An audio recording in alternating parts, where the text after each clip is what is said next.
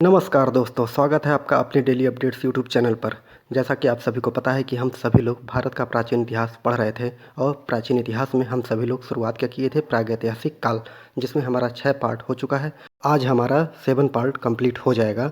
तो अगर अभी तक आप लोगों ने चैनल को लाइक शेयर सब्सक्राइब नहीं किया है तो जल्दी से लाइक शेयर सब्सक्राइब कर लीजिए, जिससे कि आप सभी को इसी प्रकार की सटीक जानकारियाँ यानी कि हिस्ट्री एवं पॉलिटी की जो क्लासेज होंगी वो लगातार मिलती रहेंगी। अगर आप लोग टीजीटी पीजीटी एलटी की तैयारी कर रहे हैं तो ये बात मान के चलिए कि अगर आप मेरे वीडियो से टच में रहते हैं, उसको पढ़ते हैं, रिवीजन करते हैं तो 95% 90 से 95% क्वेश्चन आपको मेरे वीडियो से ही मिलेंगे।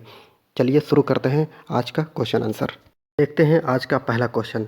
ये कथन कारण से संबंधित है, तो कथन देखते हैं क्या है। दक्षिण भारत में महापाषाण युगीन लोगों का कृषि प्रमुख व्यवसाय था। तो कारण देखते हैं, उन्होंने सरोवर सिंचाई का जो प्रचलन किया था, इसलिए दक्षिण भारत में महापाषाण युगीन लोगों का जो कृषि था वो प्रमुख व्यवसाय था। तो इसमें जो होगा बी सही होगा। बी क्या है, ए और आर दोनों सही है, लेकिन आर ए का सही स्पष्टीकरण नहीं है। तो व्याख्या देख लेते हैं। महापाषाणी की मानव साधारणतः पहाड़ के ढलानों पर रहते थे। अपने आवास के लिए वे नैसर्गिक तालाब एवं जलाशय के निकट पर्वत की उपलब्धता का प्रयोग करते थे। इन लोगों ने प्राकृतिक जल द्वारा सिंचाई की सहायता से धान की उपज प्रारंभ की थी। इस प्रकार कथन एवं कारण दोनों सही है, परंतु एक दूसरे की व्याख्या नहीं करते हैं। तो याद रखिएगा कि महापाषाणकालीन जो लोग थे वो प्राकृतिक जल सिंचाई का प्रयोग करते थे। प्राकृतिक जल के का जो होता था वो सिंचाई के रूप में प्रयोग करते थे। और किसकी फसल पहले की थी, उन्होंने धान की उपज प्रारंभ की थी। अगला क्वेश्चन है कि ताम्र संचय का संबंध किससे है। तो ताम्र संचय का संबंध जो है ऑप्शन बी गैरिक मेदभांडों से संबंधित है। ताम्र संचय का संबंध गैरिक मेदभांड। तो व्याख्या देखते हैं। ताम्र संचय का संबंध गेरुवाणी मेदभांड अथवा गैरिक मेदभांड से है, जो ऊपरी गंगा घाटी एवं गंगा यमुना दोआब से संबंधित है। गेरु रंजित मेदभांड सैंधो लोगों की भौतिक संस्कृति की जानकारी प्रदान करते हैं। याद रखिए, गेरु रंजित मेदभांड जो है वो सिंधु सभ्यता के लोगों के भौतिक संस्कृति की जानकारी प्रदान करते हैं, जबकि चित्रित धूसर मेदभांड उत्तर वैदिक कालीन युगों की से संबंधित माने जाते हैं। काले तथा लाल मेदभांडों से ऋग्वैदिक लोगों की भौतिक संस्कृति तथा उत्तरी काली पालिश वाले मेदभांडों से मौर्यकालीन संस्कृति की जानकारी मिलती है। तो काले एवं लाल मेदभांड किससे संबंधित है, ऋग्वैदिक लोगों से, जबकि चित्रित धूसर मेदभांड जो है उत्तर वैदिक काल लोगों से संबंधित है। क्वेश्चन है, यहाँ पर स्थान दिया गया है और वो स्थान किस संस्कृति से संबंधित है उसमें हमें मिलाना है। तो इसमें ऑप्शन बी है, तो इसको मिला के देख लेते हैं। रंगपुर कहाँ पर स्थित है और किससे संबंधित है। तो रंगपुर जो है ताम्रपाषाण संस्कृति से संबंधित माना जाता है, जबकि सोहन संस्कृति पूरा पाषाण काल से संबंधित माना जाता है। आदिचल्लनूर जो है, आदिचल्लनूर ये किससे संबंधित है, यह महापाषाण संस्कृति से संबंधित है, जबकि बुरजोहम जो है वो नवपाषाण काल से संबंधित है। तो अगर आप लोग क्वेश्चन करेंगे तो उसमें से अगर 4 में से 2 ही अगर आपको आएंगे तब भी आप लोगों का आंसर आ जाएगा। लेकिन अगर आप लोग क्वेश्चन आंसर को अगर आप जो स्थान है जहाँ पे स्थित हैं अगर अधिक से अधिक पढ़ लेते हैं, कभी कभी चारों के चारों ही ऐसा कन्फ्यूजन दे देता है, ऐसा ऑप्शन दे देगा कि 2 आने के बाद भी चारों नहीं आ पाते हैं। तो अधिक से अधिक स्थान और किससे संबंधित हैं और कहाँ किस राज्य में स्थित हैं ये भी आप लोग रिविजन करते रहिएगा। अगला क्वेश्चन है कि पुरातात्विक स्थल दिए गए हैं और उनके विशिष्ट लक्षण क्या हैं, वो किससे संबंधित माने जाते हैं, किस लिए प्रसिद्ध हैं, वो देख लेते हैं। तो ऑप्शन यहाँ पर डी सही है। देख लेते हैं। ब्रह्मगिरी। ब्रह्मगिरी जो है वो महापाषाण उपकरण से संबंधित है। यहाँ पर महापाषाण उपकरण पाए गए हैं। जबकि कूपगल, कूपगल से क्या प्राप्त होता है, राख के टीले प्राप्त होते हैं, कूपगल।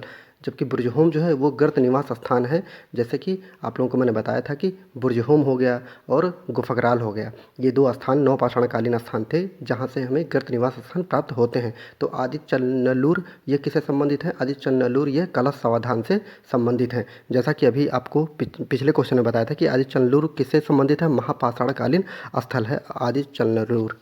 क्या देखते हैं। कर्नाटक के ब्रह्मगिरी से महापाषाणिक कब्र ईसा पूर्व 2री शताब्दी से प्राप्त हुआ है। इसमें महापाषाणिक उपकरण प्राप्त हुए हैं। जबकि कर्नाटक के कूपगल से नवपाषाणकालीन राख के टीले मिले हुए हैं। कश्मीर के बुर्जहोम से गर्त आवासों के प्रमाण मिलते हैं। जबकि तमिलनाडु के आदिचल्लनूर से कला समाधान के जो प्रमाण मिलते हैं। यहाँ की कब्रों से लाल मिट्टी के बर्तन प्राप्त होते हैं। यहाँ से मध्य पाषाण काल के भी प्रमाण प्राप्त होते हैं। अगला क्वेश्चन है, यहाँ पर आप लोग देख रहे हैं कि एक नक्शा दिया हुआ है, मैप दिया गया है और वहाँ पर हमें स्थान को बताना है कि कौन सा स्थान किस राज्य में किस जगह पर स्थित था। तो यहाँ पर ऑप्शन बी सही है। देख लीजिए कि मैंने पहले से ही बताया है कि मेहरगढ़ कहाँ पे स्थित है, वर्तमान में बलूचिस्तान में मेहरगढ़ है, अर्थात पाकिस्तान में स्थित है। तो यहाँ पर बी मेहरगढ़ देख लीजिए, नंबर 1 जो है मेहरगढ़ है जो कि पाकिस्तान में स्थित है।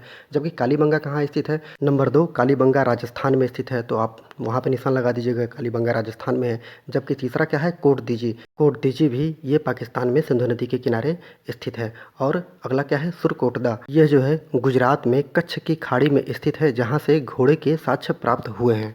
व्याख्या देख लेते हैं कि मेहरगढ़ बलूचिस्तान के बोलन दर्रे के पास स्थित है, जहाँ से कपास के प्राचीनतम प्रमाण मिलते हैं। जबकि कालीबंगा राजस्थान में सरस्वती नदी के तट पर स्थित है, जहाँ से प्राक हड़प्पा काल के जुते हुए खेत के साक्ष्य प्राप्त होते हैं। कोटदीजी जो है सिंधु नदी के बाएं तट पर स्थित था, जबकि सुरकोटदा गुजरात के कच्छ की खाड़ी में स्थित है, जहाँ से घोड़े के साक्ष्य प्राप्त होते हैं। अगला क्वेश्चन जो है, एक स्थान है वो बताना है कि वो किससे संबंधित है। जो संस्कृति है, जो चित्र दिखाई दे रहा है उसमें काला जो स्थान है उसको बताना है कि किससे संबंधित है। तो ऑप्शन सी यहाँ पर है, ये मालवा संस्कृति है। व्याख्या देखते हैं, दिए गए मानचित्र का छायाचित्र स्थान मध्य प्रदेश में स्थित है। यहाँ पर हड़प्पा उत्तर मालवा संस्कृति का उदय हुआ। मालवा की ताम्रपाषाणिक संस्कृतियाँ मूलतः नर्मदा घाटी में विकसित हुई थी। ये एक एक क्वेश्चन याद रखिएगा। अगला क्वेश्चन है, आमरी संस्कृति कहाँ पनपी। तो ऑप्शन डी है, सिंध में आमरी संस्कृति का उदय हुआ था। तो व्याख्या देखते हैं, आमरी संस्कृति का स्थान जो है वो आधुनिक पाकिस्तान के सिंध क्षेत्र में था। सर्वप्रथम यहीं से हड़प्पा पूर्व संस्कृति के बारे में जानकारी मिलती है। इसकी खोज एवं उत्खनन का कार्य जो था 1929 में NG मजुमदार महोदय ने किया था। यहाँ के मृतभांडों को चित्रित करने के लिए लाल एवं काले रंगों का प्रयोग किया जाता था। अगला क्वेश्चन है कि निम्नलिखित में से किस स्थान से गर्त निवासों का पुरातात्विक साक्ष्य मिलता है। तो ऑप्शन बी गुफकराल नामक स्थान से मिलता है। ये क्वेश्चन कितनी बार मैंने बता दिया है। और साथ ही साथ क्या है, बुर्जहोम से भी मिलता है। तो व्याख्या देखते हैं, कश्मीरी नवपाषाण संस्कृति की विशेषता है गर्तावास, मृदभांड की विविधता, पत्थर एवं हड्डी के औजारों का प्रयोग एवं सूक्ष्म पाषाण का अभाव। मतलब कि आप लोग याद रखिएगा, पूछ लेगा क्वेश्चन कि कहाँ से सूक्ष्म पाषाण जो है उसका उपयोग नहीं किया जाता था। तो गुफकराल नामक ऐसा स्थान है जहाँ पर सूक्ष्म जो पाषाण पत्थर होते थे, छोटे पत्थरों का प्रयोग कदापि नहीं किया जाता था, बिल्कुल नहीं किया जाता था। कहाँ से, गुफकराल से। तो इसके 2 प्रमुख स्थल प्रकाश में आते हैं। प्रथम श्रीनगर से 16 किलोमीटर उत्तर पश्चिम में बुर्जहोम एवं द्वितीय श्रीनगर से 41 किलोमीटर दूर है। क्या है वो, दक्षिण पूर्व में गुफकराल स्थित है। तो बुर्जहोम के लोग क्या होते थे, शिकार एवं मछली पर जीवित थे, यद्यपि वो खेती से भी परिचित थे। जबकि गुफकराल के जो लोग थे वो खेती एवं पशुपालन दोनों करते थे। यहाँ पे बहुत इंपॉर्टेंट क्वेश्चन है, पूछेगा कि शिकार एवं मछली जो थे, शिकार एवं मछली पर कौन जीवित था। तो बुर्जहोम के लोग शिकार भी करते थे एवं मछली पर भी जीवित थे। और दूसरा, गुफकराल के लोग क्या करते थे, खेती करते थे एवं पशुपालन करते थे। गुफकराल के लोग क्या है, गुफकराल के लोग खेती एवं पशुपालन करते थे, बुर्जहोम के लोग शिकार एवं मछली पर जीवित थे। अगला क्वेश्चन है कि भारत में कुछ क्षेत्रों में लोग जमीन के अंदर गड्ढों में रहते थे। इस बात का संकेत खुदाई से निम्नलिखित में से कहाँ से मिलता है। तो ऑप्शन बी, फिर से वही क्वेश्चन है, बस बदल दिया गया है। इसका जो तरीका है पूछने का वो बदल दिया गया है। आप लोगों को ये आंसर पहले से ही पता होगा। तो ऑप्शन बी, कश्मीर से। तो व्याख्या देख लेते हैं, कश्मीर में नवपाषाणकालीन संस्कृति की प्रमुख विशेषता थी गर्तावास, जिसमें लोग जमीन के अंदर गड्ढों में रहते थे। ऐसे 2 स्थल वहाँ पर प्राप्त होते हैं, जो कि प्रथम जो है श्रीनगर से 16 किलोमीटर दूर उत्तर पश्चिम में बुर्जहोम था, जबकि दूसरा 41 किलोमीटर दूर दक्षिण पश्चिम में ही गुफकराल नामक स्थान था। अगला क्वेश्चन है कि भारत में व्यवस्थित कृषि का प्राचीनतम प्रमाण कहाँ से प्राप्त होता है। तो ऑप्शन ए, मेहरगढ़ से प्राप्त होता है। ये भी क्वेश्चन आप लोगों को पता होना चाहिए, 50 बार बता चुका हूँ इस क्वेश्चन का आंसर। भारत में व्यवस्थित कृषि का प्राचीनतम साक्ष्य बलूचिस्तान में स्थित नवपाषाणकालीन स्थल मेहरगढ़ से मिलता है। लगभग 7000 ईसा पूर्व से यहाँ पर कृषि की प्रक्रिया का आरंभ हो चुकी थी। अगला क्वेश्चन है कि निम्नलिखित में से किस स्थान से गर्त निवासों के पुरातात्विक साक्ष्य मिलते हैं। ये भी क्वेश्चन रिपीट हो रहा है, बस इसलिए बार बार इस क्वेश्चन को बता रहा हूँ कि ये आईएएस में देखिए, आईएएस में भी क्वेश्चन रिपीट होते हैं। तो आप सोच लीजिए टीजीटी पीजीटी में क्वेश्चन रिपीट नहीं होंगे। तो ये जो क्वेश्चन है ये 1992 में ये क्वेश्चन पूछा गया था आईएएस में। तो इसका ऑप्शन है गुफकराल। देख लेते हैं, कश्मीर में नवपाषाणिक संस्कृति की प्रमुख विशेषता गर्तावास थे, इसमें लोग जमीन के अंदर रहते थे। ऐसे 2 स्थान हैं, 2 स्थान कौन से, बुर्जहोम एवं गुफकराल। नेक्स्ट क्वेश्चन क्या है, ताम्रपाषाण युग की अवधि मानी जाती है। तो बहुत ही इंपॉर्टेंट क्वेश्चन है, ताम्रपाषाण युग की अवधि क्या मानी जाती है। तो ऑप्शन ए, 3000 ईसा पूर्व से 1000 ईसा पूर्व ताम्रपाषाण युग की अवधि मानी जाती है। सैंधव काल की पतनावस्था के साथ ताम्रपाषाणिक युग के हमें दर्शन होते हैं। तकनीकी दृष्टि से ये प्राक हड़प्पाई लोग पर लागू किया जाता है, लेकिन अनेक पाषाण ताम्र संस्कृतियाँ हड़प्पा संस्कृति के अंत में अर्थात 1900 से 1300 ईसा पूर्व के बाद भी कुछ महत्वपूर्ण स्थानों पर विभिन्नता के साथ जारी रहीं। तो यहाँ पर विकल्प ए सही होगा और नवपाषाण युग के अंत में पत्थर के साथ साथ तांबे के औजारों का भी प्रयोग किया गया है। इसे ताम्र पाषाण एवं पाषाण ताम्र चरण के नाम से भी जाना जाता है। तकनीकी दृष्टि से इस चरण को प्राक हड़प्पाई लोगों पर लागू किया जाता है, लेकिन अनेक ताम्र पाषाण संस्कृतियाँ हड़प्पाई संस्कृति के अंत तक के बाद में भी महत्वपूर्ण स्थानीय विभिन्नताओं के साथ जारी रहीं। इस प्रकार ताम्र पाषाण युग की अवधि 3000 से 1000 ईसा पूर्व के बीच मानी जा सकती है। इसके आगे जितने भी क्वेश्चन आपको बताए जाएंगे उसमें आपको ये बताया जाएगा कि किस सन में कौन सा क्वेश्चन आया हुआ है। तो आप देख लीजिए, यूपी पीसीएस 2009 का ये क्वेश्चन है। तो क्वेश्चन देखते हैं। रॉबर्ट ब्रूस फुटे निम्नलिखित जिन्होंने भारत में प्रथम पूर्व पाषाण उपकरण की खोज की थी वो मूलतः थे। तो क्या थे मूलतः? एक भूवैज्ञानिक माना जाता है इनको। व्याख्या देखते हैं। रॉबर्ट ब्रूस फुटे जो थे वो मूलतः एक भूवैज्ञानिक थे और उन्होंने सर्वप्रथम 1863 में मद्रास के निकट पल्लवरम नामक स्थान से पूर्व पाषाण काल का पाषाणोपकरण प्राप्त किया है। तो ये क्वेश्चन भी पहले हो चुका है, यहाँ पर रिपीट है। देखिए, क्वेश्चन आईएएस में आया हुआ था, एसएससी में आया हुआ था, बैंक में आया हुआ था और यहाँ तक कि अब यूपी पीसीएस में भी आया हुआ है। और यही क्वेश्चन लगातार, चाहे एमपी पीसीएस हो, बिहार पीसीएस हो, जीएस हो, कहीं से भी लगातार क्वेश्चन आया हुआ है। तो अच्छे से तैयारी करिए, बार बार रिपीट हो रहे हैं। और मेरे पढ़ाए हुए हिस्ट्री से समझ लीजिए कि आपको अगर 60 क्वेश्चन आने वाले हैं तो आपको 55 क्वेश्चन इसी वीडियो से मिलने वाले हैं। अगला क्वेश्चन है, ये जो क्वेश्चन है ये 2009 ही का क्वेश्चन है। ये 2009 में आया हुआ है। भारतीय उपमहाद्वीप में कृषि के प्राचीनतम साक्ष्य के प्रमाण कहाँ से मिलते हैं? तो ऑप्शन सी है, मेहरगढ़ से मिलते हैं। भारतीय उपमहाद्वीप में व्यवस्थित कृषि का प्राचीनतम साक्ष्य बलूचिस्तान में स्थित नवपाषाणकालीन स्थल मेहरगढ़ से मिलता है। लगभग 7000 ईसा पूर्व से यहाँ की कृषि की प्रक्रिया प्रारंभ हो गई थी। अब सोच लीजिए, मुझे क्वेश्चन इतने बार रिपीट हो चुकी है कि मुझे पढ़ने का मन नहीं कर रहा है, लेकिन आप लोगों को मैं इसलिए बता दे रहा हूँ कि आप लोगों को विश्वास हो। ये क्वेश्चन बार बार रिपीट होते हैं। तो टीजीटी, पीजीटी, यूएलटी क्या हो आईएएस पीसीएस के सामने। तो याद रखिए, बार बार रिपीट कर रहा हूँ तो बार बार ये क्वेश्चन आने वाले हैं, इसीलिए रिपीट करता हूँ कि आपके दिमाग में बस जाए। मैं तो बोर हो चुका हूँ इसको क्वेश्चन रिपीट करते करते। अगला क्वेश्चन है कि निम्नलिखित में से किसे भारत में प्रागैतिहासिक पुरास्थल का जनक कहा जाता है? तो option D, Robert Bruce foot महोदय को कहा जाता है। तो व्याख्या देख लेते हैं। भारत में प्रागैतिहासिक पुरातत्व के जनक रॉबर्ट ब्रूस फुट माने जाते हैं। सर्वप्रथम उन्होंने 1863 में पाषाणकालीन सभ्यता का अनुसंधान कार्य प्रारंभ किया और मद्रास के पास स्थित पल्लवरम नामक स्थान से पूर्व पाषाण काल का एक पाषाणेतर जो उपकरण प्राप्त किया था। रॉबर्ट ब्रूस फुट के बाद विभिन्न पुरातात्विक ने अनुसंधान कार्य किया, जिसमें महत्वपूर्ण कौन से थे? एच डी संकालिया थे एवं ए कनिंघम प्रमुख थे। जबकि एच डी संकालिया ने 1969 ईस्वी में कश्मीर घाटी में, जबकि कनिंघम महोदय ने 1853 एवं 1873 ईस्वी में हड़प्पा टीले का सर्वेक्षण कर कुछ पुरातत्व प्राप्त किए थे। तो याद रख लीजिएगा, व्याख्या में जो दिया गया है कनिंघम और संकालिया महोदय के बारे में, इसको बिल्कुल रट लीजिएगा। अगला क्वेश्चन है, यहाँ पर देख लीजिए, काल संबंधित है और किससे संबंधित है ये दिया गया है, तो मिलाने के लिए है। तो ऑप्शन डी यहाँ पर सही है। तो मिलाकर देख लेते हैं। पूरा पाषाण काल किससे संबंधित है? शैलाश्रय अधिवास से संबंधित है। जबकि मध्य पाषाण काल ये नदी तट अधिवास से संबंधित है। नव पाषाण काल ये गर्त अधिवास से संबंधित है। जबकि ताम्र पाषाण काल कच्चे एवं पक्के मकान से संबंधित है। व्याख्या देख लेते हैं। पूरा पाषाण काल में मनुष्य का कोई निश्चित निवास स्थान नहीं था। उसका जीवन खानाबदोश तथा घुमक्कड़ था। वे अधिकांशतः किसी गुफा अर्थात शैलाश्रय में रहते थे। और मध्य पाषाण काल में प्राप्त उपकरणों के विस्तार से यह स्पष्ट हो जाता है कि इस काल का मनुष्य अपेक्षाकृत एक बड़े भूभाग पर, विशेषकर नदी के तट पर निवास करने लगा था। गर्तावास अर्थात गड्ढाकार घर में जो है नव पाषाणकालीन संस्कृति की मुख्य विशेषता थी।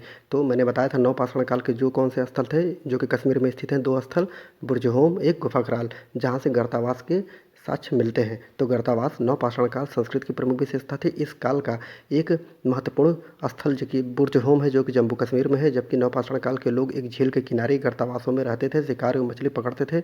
और ताम्र पाषाण युग के लोग प्रायः पक्की ईंटों से परिचित नहीं थे। याद रखिएगा, ताम्र पाषाण काल के लोग जो है पक्की ईंटों से परिचित नहीं थे। वे अपना घर किससे बनाते थे? कच्ची ईंटों से बनाते थे।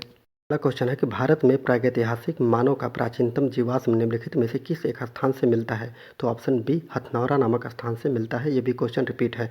व्याख्या देखते हैं। प्रागैतिहासिक मानव का प्राचीनतम जीवाश्म मध्य प्रदेश के होशंगाबाद जिले के हथनौरा नामक स्थान से 1982 ईस्वी में प्राप्त हुआ है। इसे प्राप्त करने का श्रेय सोनकिया महोदय को जाता है, ये भी पूछा गया है।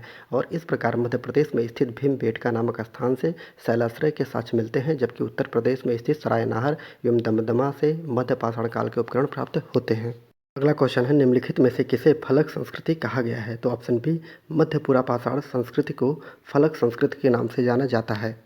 व्याख्या देखते हैं। फलकों की अधिकता के कारण मध्य पुरापाषाण काल को फलक संस्कृति की संज्ञा दी जाती है। इस उपकरणों का निर्माण जो होता था, जो फलक संस्कृति में उपकरणों का निर्माण होता था, किससे होता था? फ्लिंट, यमचर्ट आदि अच्छे किस्म के पत्थरों से किया जाता था। इसी प्रकार हड़प्पा संस्कृति का नामकरण सर्वप्रथम हड़प्पा नामक पुरास्थल ज्ञात होने के कारण पड़ा था।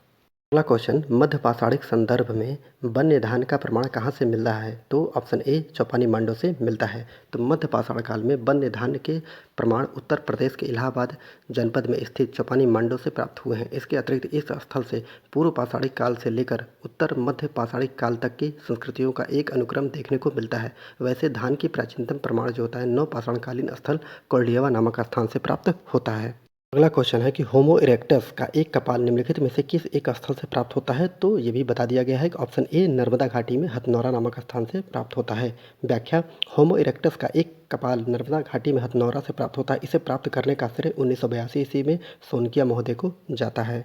अगला क्वेश्चन है कि नवपाषाणकालीन गर्त निवासों के अवशेष कहाँ से मिले हैं? तो ये आप लोग बता सकते हैं। ऑप्शन डी 1 और 2 बुर्जहोम एवं गोफकराल नामक स्थान से मिलते हैं। व्याख्या देख लेते हैं। नवपाषाणकालीन सभ्यता का प्रारंभ ईसा पूर्व से 4000 के लगभग प्रारंभ माना जाता है। यहाँ प्राप्त नवपाषाण संस्कृति के अवशेषों के आधार पर इसे 6 भागों में विभाजित किया जा सकता है। उत्तरी भारत, विंध्य क्षेत्र, दक्षिण भारत, मध्य गंगा घाटी एवं मध्य पूर्वी क्षेत्र तथा पूर्वोत्तर भारत। उत्तर भारत के नवपाषाण स्थलों के अंतर्गत कश्मीर के 2 प्रमुख स्थल पुरा स्थल जो कौन कौन से बुर्जहोम एवं गोफकराल है। इन स्थलों से गर्त निवासों अर्थात गड्ढों के जो साक्ष्य प्राप्त होते हैं। बुर्जहोम जो है वो श्रीनगर से 16 किलोमीटर दूर उत्तर पश्चिम की ओर स्थित है। इसकी खोज बुर्जहोम की खोज जो है 1935 ईस्वी में डी टेरा एम पीटरसन ने की थी, जबकि गोफकराल नामक स्थान की खोज जो है वो खुदाई कब की गई थी? 1981 ईस्वी में ए शर्मा द्वारा की गई थी। यह श्रीनगर से 41 किलोमीटर दूर दक्षिण पश्चिम में स्थित है। और बुर्जहोम की खुदाई से सावधान के जो साक्ष्य मिलते हैं उसके ज्ञात होता है कि मनुष्य यहाँ साथ साथ मनुष्य के साथ साथ पालतू कुत्तों को भी दफनाने की प्रथा प्रचलित थी। इस प्रकार की प्रथा नवपाषाण काल में भारत में कहीं भी और भी प्रचलित नहीं थी। बुर्जहोम के लोग जो थे वो रुखड़े धूसर मृदभांड का प्रयोग करते थे। याद रखिएगा, बुर्जहोम के लोग कैसे मृदभांड का प्रयोग करते थे? रुखड़े धूसर मृदभांड का प्रयोग करते थे। और ये भी याद रखिएगा कि बुर्जहोम कहाँ पर स्थित है? यह श्रीनगर के उत्तर पश्चिम की ओर स्थित है।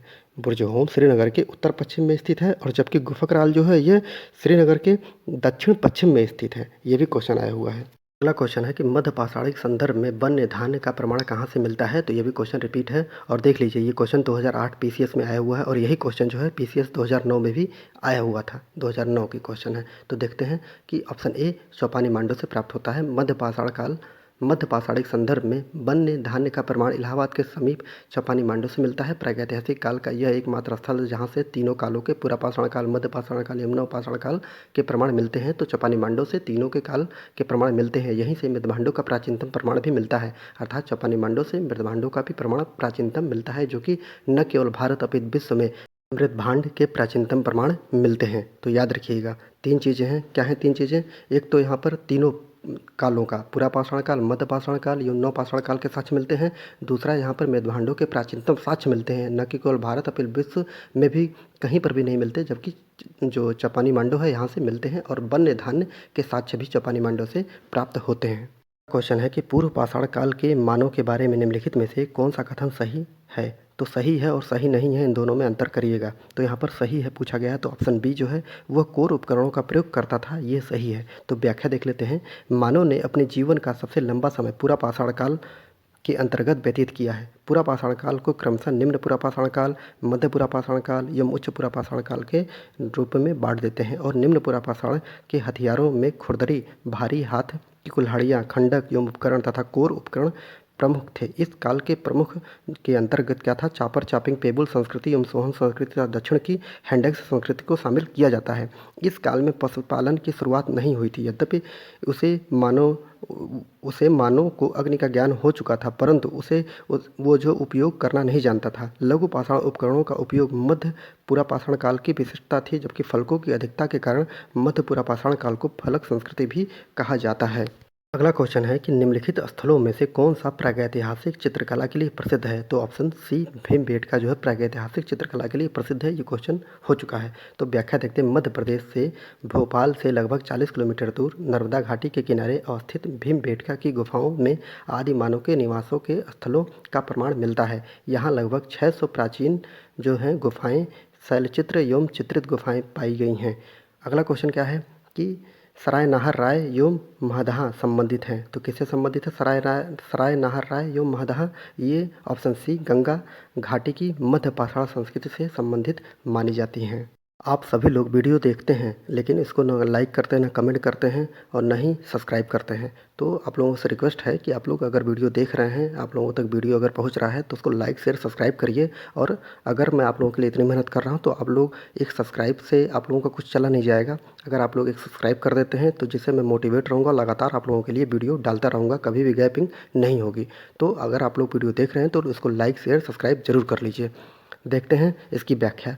सराय नाहर राय महदहा एवं दमदमा उत्तर प्रदेश के प्रतापगढ़ जिले में स्थित गंगा घाटी क्षेत्र में प्रमुख मध्य पाषाणकालीन स्थल है। ये अभी तक के भारत के प्राचीनतम ज्ञात मध्य पाषाणकालीन स्थल है। ये पहले ऐसे स्थल हैं जहाँ से स्तंभ गर्त पाए गए हैं। स्तंभ गर्त पाए गए हैं, याद रखिएगा, स्तंभ गर्त यही तीनों स्थानों से पाए गए हैं। सराय नाहर राय से मानवीय आक्रमण तथा युद्ध का अत्यंत महत्वपूर्ण साक्ष्य मिला हुआ है। यहाँ से प्राप्त लघु पाषाण उपकरणों में कुंठित ब्लेड, स्क्रैपर, चंद्रिका, बेधक, समबाहु तथा विषमबाहु त्रिभुज आदि प्रमुख हैं। इनके निर्माण में चल्ट, कैल्सिडोनी, एगेट, जैस्पर आदि पत्थरों का प्रयोग किया गया है। इसके अतिरिक्त कुछ अस्थि तथा सींग निर्मित उपकरण तथा चूल्हों में पशुओं की अधजली हड्डियां भी मिली हैं। और महदहा से उत्खनन से लघु उपकरण के अतिरिक्त आवास, समाधान तथा गर्थ चूल्हे मिले हैं। यहाँ पर स्त्री पुरुष को साथ साथ दफनाने के प्रमाण भी प्राप्त होते हैं।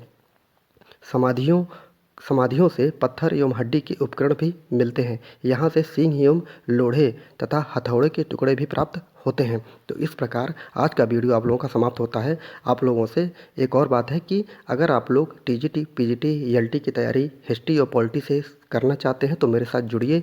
मैं आप लोगों को भरोसा दिलाता हूं कि मेरे वीडियो से आप लोग पेपर दे के आइएगा या पेपर मिला लीजिएगा। तो 10-15 सालों का पेपर है, उससे मिला के देखिएगा। मेरे वीडियो से आप लोगों को कम से कम 90% क्वेश्चन आपको मिलेंगे। इससे बाहर क्वेश्चन कहीं नहीं जाएंगे, क्योंकि मैं कोई भी ऐसा क्वेश्चन नहीं छोड़ रहा हूँ जो कि भारत में उस टॉपिक से क्वेश्चन अगर आया हुआ है तो आपको वो क्वेश्चन जरूर आएगा, उसका आंसर आपको जरूर पता होगा। और 4-5 जो क्वेश्चन देते हैं वो कोई नहीं कर पाता है।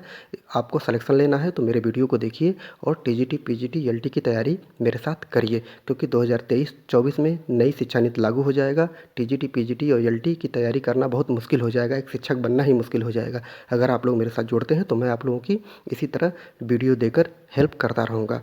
पूरा वीडियो देखने के लिए बहुत बहुत धन्यवाद।